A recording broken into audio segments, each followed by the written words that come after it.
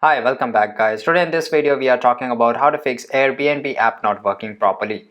Why do you want to know how to fix Airbnb app not working? Well, maybe it's your first time using Airbnb and you're not sure how to fix it. So today I will show you how to fix Airbnb app not working.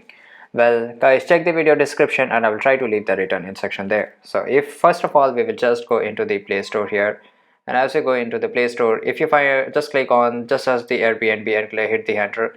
In the place of open, you have to make sure that whether the app is asking to update the app, make sure to update the app right now.